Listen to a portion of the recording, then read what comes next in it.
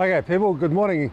Saturday the 15th of August and we're down here on Northcote Point to look at the SkyPath project as they're going to put their resource consent application in next week. We're starting our commentary up at the Bridgeway Theatre. Everybody knows the Bridgeway Theatre on Queen Street as our starting point. This project started off with a hiss and a roar about 5 years ago, and it's been struggling along to get their traction in relation to the project. Auckland Transport's now come on board, it seems, and they're going to put a cycleway, a dual contraflow cycleway along Queen Street. It's a cycleway that goes all the way back to Takapuna along Northcote Road at a cost of $4 million. And that's going to take out parking on one side of Queen Street, which has really riled the residents, and it's going to make a real schmozzle in relation to car parking in this area. Righto, we're down in, as I say, in Northcote Point. This is one of the most beautiful areas of Auckland, and now we're looking south along Queen Street, and you can see that parking is at a premium along this road Saturday morning, and parking is always pretty congested down here, as a lot of these old residents don't have on-site parking. One of the points that I want to make this morning is the concrete road that runs for 1.5 kilometres from the Northcote ferry terminal right up to O'Neill Road. This road, concrete, was put down in the 1920s, and it stayed in its current state, from when it was laid till today. It's one of the icons of Auckland, and it really shows what a heritage area this is and how the locals down here preserved that status by not ripping up the road or over sealing it with hot mix. So here's a range of the beautiful homes that are down in this area here. You can see they are bungalows, go back to the 1930s, 1920s. They've been preserved. People have spent a lot of money upgrading these properties, and I think in part of the heritage status that this area has. Billy Milne, the proprietor of the Northcote Tavern, he's not supporting SkyPath. Now you think he would, because it's going to you'd think it would bring a lot of people here, increase his business, but he's really concerned about what impact it would have on his locals, because with the number of cars that are going to have to park in this area of Northcote Point, if SkyPath goes ahead, it's going to have an impact on his locals and the people that he relies on for his trade. Now we're looking in the opposite direction. We're looking down towards the harbour bridge in the background there, and also down towards the Northcote ferry terminal. This area is going to be really subjected to considerable congestion if SkyPath is to go ahead, and I think that's what's really concerning the locals here. The number of cars that will be required to find parking in this area if the large number of people that are going to go over daily, especially in the weekends and holiday periods, comes to pass.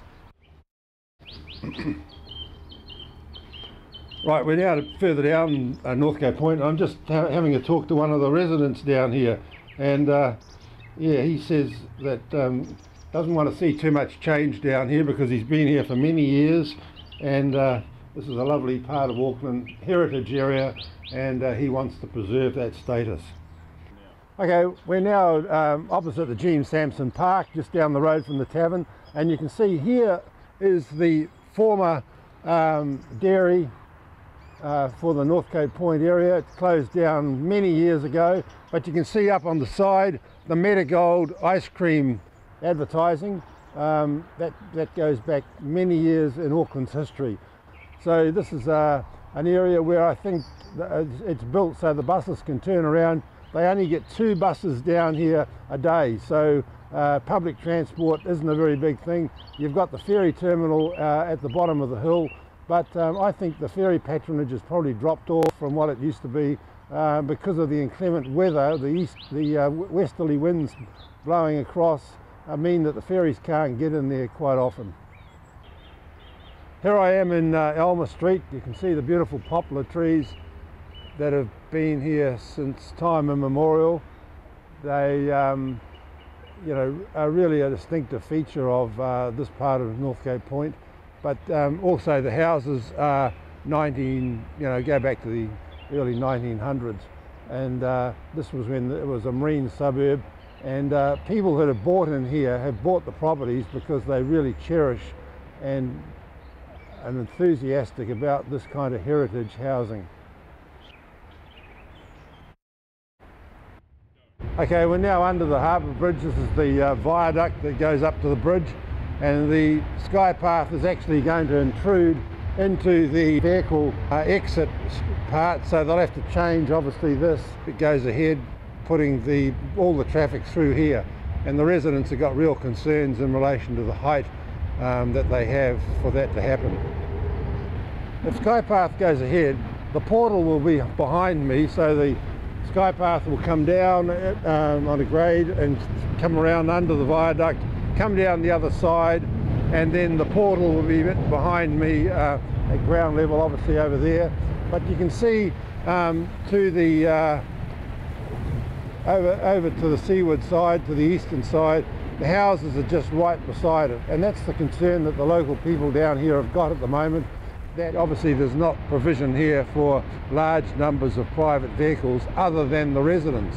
So we haven't seen what Skypath proposal has in relation to controlling vehicles, but I suspect that there will be some way that only vehicles owned by the owners can come through a barrier arm down on Princess Street into this area.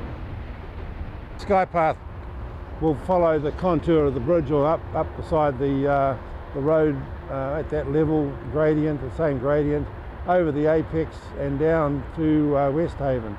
And obviously there's issues there in relation to weight, whether the structure that proposed has the right engineering credentials to handle the weight, those kind of issues.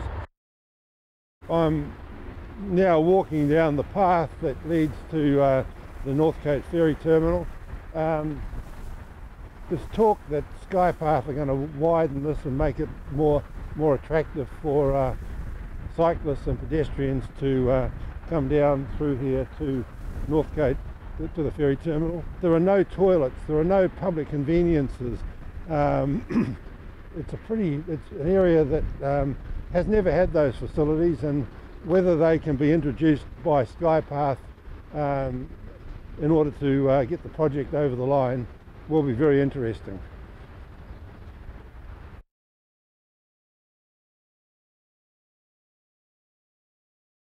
Okay. So here we are down at the ferry terminal. You can see the car parks which are used by the commuters on Monday to Friday. They get pretty good use, and that's another issue that I think Skypath are talking about, using this for buses and parking, but I don't think there's going to be any parking down here Monday to Friday. And as far as the ferry terminal is concerned, it's a good terminal, but it is subject to weather conditions, and if there's a westerly blowing in here, it really has an impact on whether the ferries can get in.